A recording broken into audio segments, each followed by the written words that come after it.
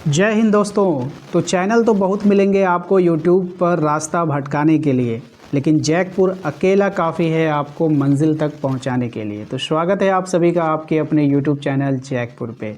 आज के इस वीडियो में हम लोग ज्योग्राफी यानी कि 12 के ज्योग्राफी का प्री बोर्ड एग्ज़ाम 2025-26 के लिए सेट 4 करने वाले हैं। इसके पहले भी सेट 3 चैनल पे अपलोड है। हिस्ट्री का भी 4 सेट अपलोड कर दिया गया है। पॉलिटिकल साइंस के भी कुछ सेट अपलोड कर दिए गए हैं। लगातार मिलेंगे आपको वीडियो। इकोनॉमिक्स का भी अपलोड होगा।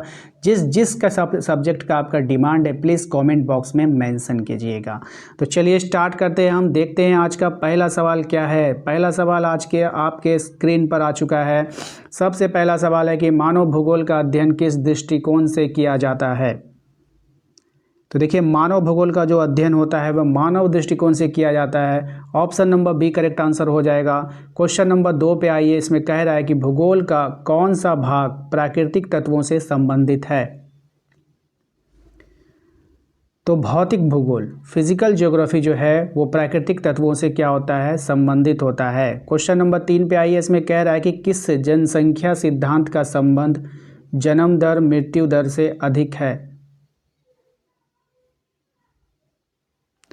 सही जवाब हो जाएगा इसका ऑप्शन नंबर ए, जनसंख्यांकीय संक्रमण सिद्धांत। ऑप्शन नंबर ए इसका करेक्ट आंसर होगा। अगले सवाल पे आते हैं। क्वेश्चन नंबर 4 में कह रहा है कि जनसंख्या के अध्ययन को क्या कहा जाता है। मोस्ट इंपॉर्टेंट सवाल।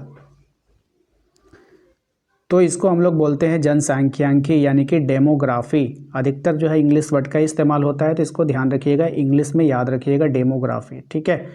अगले सवाल पे आते हैं। क्वेश्चन नंबर 5 में कहा गया है कि जनसंख्या वितरण को प्रभावित करने वाला प्राकृतिक तत्व क्या है। तो ये हो जाएगा आपका जलवायु। क्या हो जाएगा, क्लाइमेट। प्राकृतिक बोला है ना, तो ये क्लाइमेट हो जाएगा। बाकी जितनी भी चीज़ें हैं यहाँ पर, इंडस्ट्रीज़ है या फिर शिक्षा है या ये व्यापार है, ये नेचुरल नहीं होता है। ठीक है। नेक्स्ट सवाल है, मानव विकास सूचकांक की गणना किस पैमाने पर की जाती है। तो ये होता है आपका 0 से 1।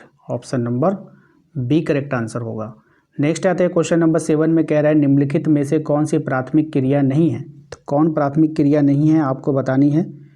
तो देखिए, खनन माइनिंग जो है वो नेचुरल से संबंधित है, क्योंकि पहाड़ें जो होती है वो प्रकृति का दिया हुआ होता है। कृषि भी आपका जो नेचुरल है, मत्स्य जो है वो भी नेचुरल है, लेकिन उद्योग इंडस्ट्रीज जो है वो मानव लोग अपने फ़ायदे के लिए बैठाते हैं, है ना। तो ये आपका प्राथमिक क्रिया में नहीं आएगा। क्वेश्चन नंबर आते हैं 8 पे। इसमें कह रहा है कि कच्चे माल को तैयार वस्तु में बदलना किस प्रकार की क्रिया है। तो ये जो है आपका द्वितीयक क्रिया है, सेकेंडरी एक्टिविटी है। Option number B correct answer हो जाएगा। नेक्स्ट आते हैं। क्वेश्चन नंबर 9 पे कहा गया है कि परिवहन को अर्थव्यवस्था की क्या कहा जाता है। अब ये जो परिवहन है इसको अर्थव्यवस्था का रीढ़ कहते हैं, यानी कि बैकबोन कहते हैं। ठीक है। परिवहन के बिना अर्थव्यवस्था क्या होगी, ठप हो जाएगी। माल बनेगा कहाँ, जाएगा कैसे, ये सब परिवहन से होता है। परिवहन का मतलब होता है जो गाड़ियों के द्वारा हम लोग सामान को इधर से उधर करते हैं। ठीक है। क्वेश्चन नंबर आते हैं 10 पे। इसमें कहा गया है कि विश्व का सबसे पुराना परिवहन माध्यम कौन सा है। तो विश्व का जो सबसे पुराना परिवहन माध्यम है वो है सड़क मार्ग। ऑप्शन नंबर सी हो जाएगा। नेक्स्ट आते हैं। क्वेश्चन नंबर 11 पे कह रहा है कि सबसे तेज परिवहन प्रणाली कौन सी है। तो सबसे तेज परिवहन प्रणाली होता है आपका वायु मार्ग। ये सबसे जल्दी पहुंचता है। ठीक है, ध्यान रखिएगा। ग्लोबल विलेज की अवधारणा किसने दिया था। तो ग्लोबल विलेज की जो अवधारणा दिया था वो दिया था मार्शल मैक्लूहन ने। ठीक है, ऑप्शन नंबर बी हो जाएगा। नेक्स्ट है, अंतर्राष्ट्रीय व्यापार का मुख्य आधार क्या है आपको बतानी है। तो अंतर्राष्ट्रीय व्यापार का जो मुख्य आधार होता है वो होता है संसाधनों की असमानता। Option number B. ठीक है। क्वेश्चन नंबर आते हैं 14 में कह रहा है निर्यात का अर्थ आपको बताना है कि निर्यात का अर्थ क्या होता है। तो वस्तुओं को बाहर भेजना, वस्तुएं बाहर भेजना। ठीक है, ऑप्शन नंबर ए हो जाएगा।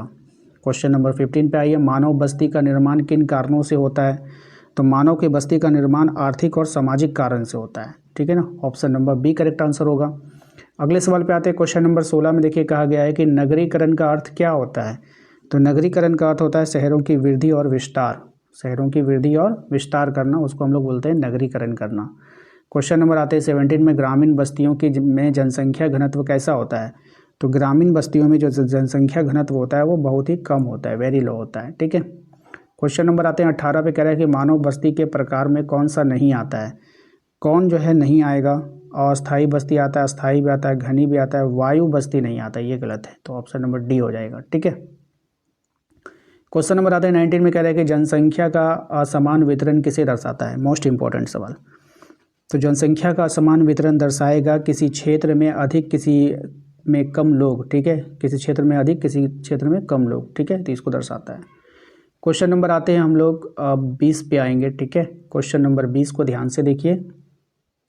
यहाँ पे हम बताना चाहेंगे कि अगर आप इतने कम समय में परीक्षा की बेहतरीन तैयारी करना चाहते हैं तो आपको सिर्फ इतना अगर आप कवर कर लेते हो खुद से तो आपका जो है पूरा परीक्षा कवर हो जाएगा। लेकिन अगर आप ऐसे स्टूडेंट्स हैं जिनके पास नोट्स की सुविधा नहीं है, जिनको आप समझ में नहीं आ रहा है कि कैसे तैयारी करें, पूरा साल उसने बिता दिया है, अब बचे हुए 2 महीने में वो अच्छे से तैयारी करके अपना रिजल्ट अगर बेहतर करना चाहते हैं तो आपको वरदान ग्रुप को जरूर ज्वाइन करना चाहिए, ठीक है। क्योंकि यहाँ पर आपको मिलने वाला है 5 साल का मॉडल पेपर का सॉल्यूशन मिलेगा, विथ PDF मिलेगा, 5 साल का PYQ सॉल्यूशन आपको उपलब्ध कराया जाएगा। एवरी वीक आप लोगों का टेस्ट लिया जाता है जिसमें VVI क्वेश्चन होते हैं, ऑल नोट्स जो PDF में उपलब्ध करवाया जाएगा। एवरी नाइट आपका MCQ टेस्ट होता है। साथ ही साथ और भी जो भी आपकी परीक्षा के लिए उपयोगी होगा वो सब इसी ग्रुप में डाला जाता है, वरदान ग्रुप में। और यकीन जानिए ये आपके लिए वरदान ही साबित होगा। अगर आप ज्वाइन करना चाहते हैं तो कुछ नहीं करना है, बस दिए गए नंबर पे एक मैसेज कर देना है कि भैया मुझे वरदान ग्रुप ज्वाइन करना है, तो आप हमारी टीम के द्वारा आपको वहाँ पर ज्वाइन करवाने का काम किया जाएगा, ठीक है। अगर आप ज्वाइन नहीं होना चाहते हैं तो आप सिर्फ इतना ही कवर कर लो। अगर बचे हुए समय में बहुत ही रामबाण है ये, अगर आप इतना कर लेते हो तो आपका जो है 3 गुना सिलेबस कवर हो जाता है सिर्फ इतना कर लेने से, ठीक है। तो चलिए आते हैं पॉइंट पर। तो यहाँ पे मैंने सवाल आपसे पूछा था कि मानव भूगोल का आधुनिक स्वरूप किस पर आधारित होता है, तो तकनीकी और वैज्ञानिक विकास पर आधारित होता है। ये हो जाएगा ऑप्शन नंबर ए। तो आशा करते हैं आप लोगों को आज का ये वीडियो पसंद आएगा। वीडियो अच्छा लगा तो लाइक करके चैनल को सब्सक्राइब कर लीजिए, बेल आइकन को प्रेस कर लीजिए ताकि आने वाली हर एक वीडियो का नोटिफिकेशन आपके मोबाइल पे मिलता रहे।